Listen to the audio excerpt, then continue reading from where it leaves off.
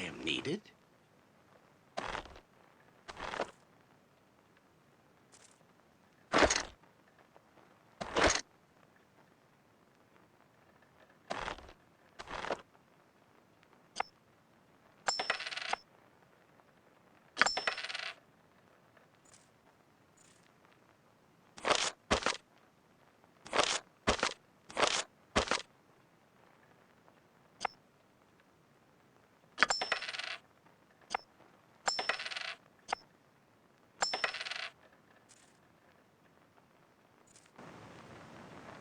Ready.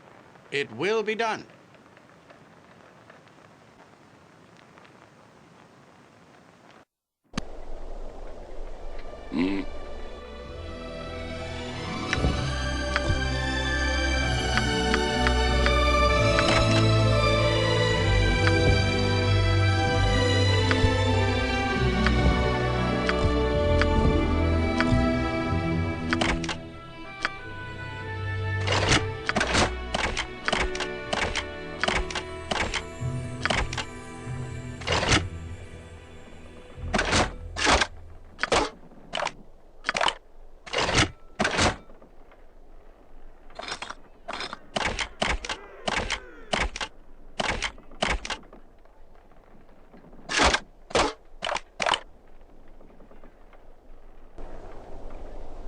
Let's go to work. I shall be swift about it.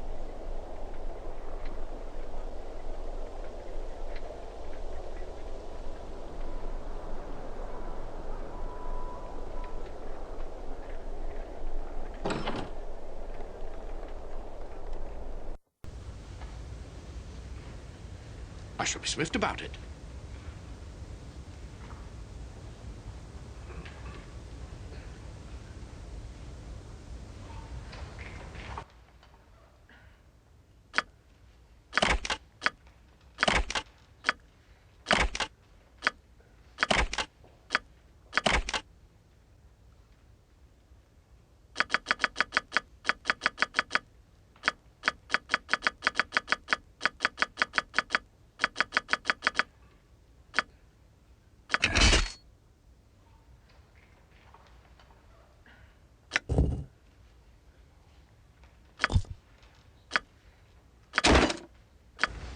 I am prepared.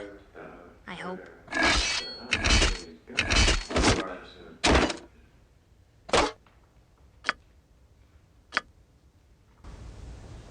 I am needed. It will be done.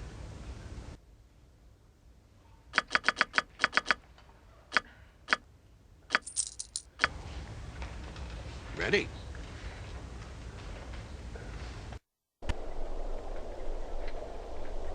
Anytime.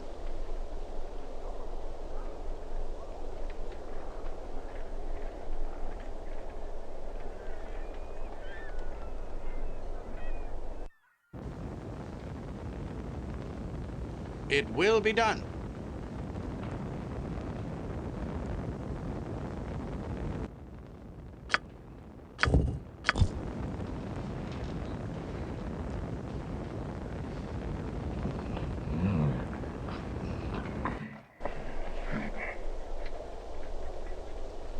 I see.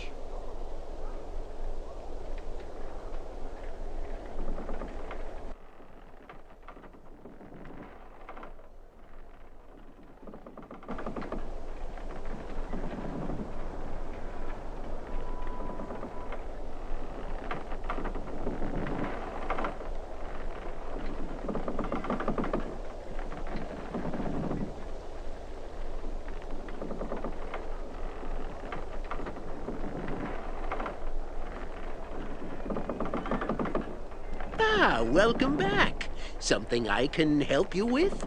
A potion to put some color in your cheeks, perhaps? Oh, you'll have to wait. There's another group I have to take to the Western Pass first, to meet up with the Neverwinter forces, you know. Are you sure?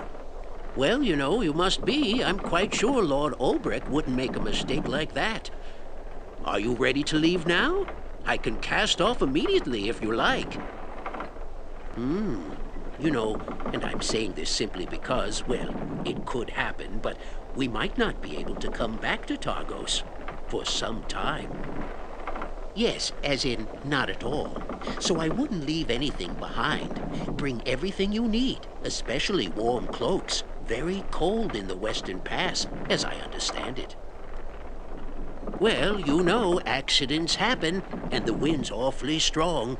In any event, I just wanted to make sure you were ready, and had everything, in case we never come back. To Targos, that is.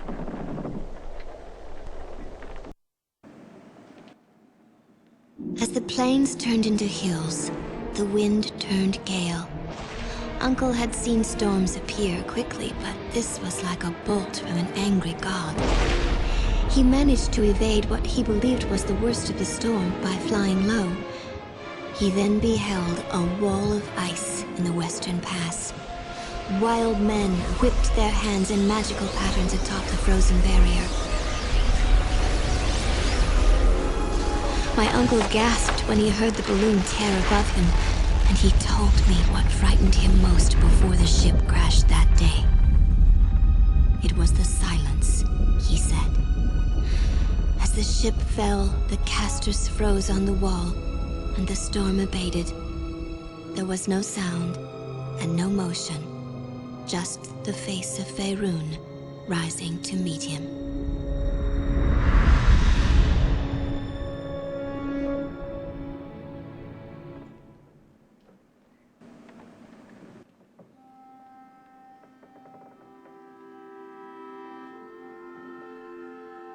In all the years that Uncle Oswald flew his airship, I can't honestly say he had more successful landings than crashes, but even he could not have known the difficulties that lay ahead of him in the Western Pass of the spine of the world. Adventurers aboard, the flight from Targos was accompanied by a flurry of sound and motion from the winter thrushes that had once again perched on the roofs of the aching town. All along the tundra, pilot and passengers watched the corpse cloth flutter in the winter wind. It was a whispering herald of things to come. As the plains turned into hills, the wind turned into a gale.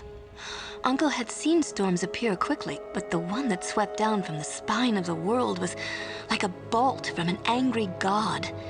He managed to evade what he believed was the worst of the storms as he flew low over the foothills and told the adventurers to take cover. When Uncle's eyes peered out from the melting snow rushing across the deck, he beheld a wall of ice in the canyon of stone that was the Western Pass. Wild women whipped their hands in magical patterns on top of the frozen barrier, their snow-white robes poorly covering rime-armored flesh. My uncle gasped when he heard the balloon pop and tear above him. He wouldn't talk about it for years after, but he eventually told me what frightened him most before the ship crashed into the foothills. It was the silence, he said. When the ship fell, the wild women relaxed and froze on the wall. The storm abated in a heartbeat. There was no sound, no motion, but the face of Faerun rising to meet him.